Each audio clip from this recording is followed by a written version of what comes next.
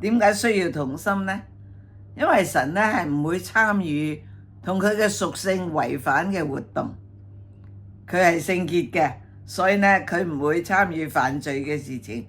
佢係信實嘅，佢唔會參與咧嗰啲咧欺騙唔守誠信嘅人嘅活動。佢係全愛嘅，佢唔會參與一啲自私、歧視別人嘅嗰啲咁樣嘅活動。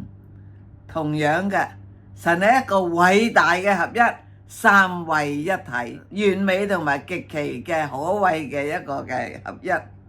所以神唔會參與一啲唔合一嘅活動。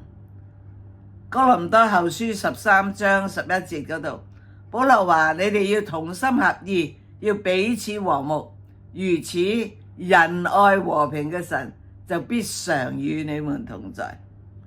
我估保羅好清楚，就係話咧，神嘅心裏邊充滿着仁愛同埋和平。佢見到咧嗰啲爭鬥嗰啲分門別類嘅事情，佢咧好唔想睇佢好唔想聽呢啲嘅嘢咧係衝撞佢，與佢咧敵對嘅。同樣嘅，腓立比書4章2節，保羅叫友阿爹同埋循都基要喺主嘅裏邊同心。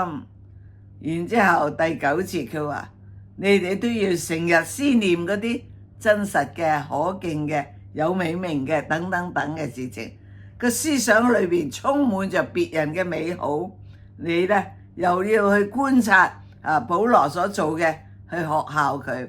然之後保羅就有一個結論，佢話：賜平安嘅神就必與你們同在。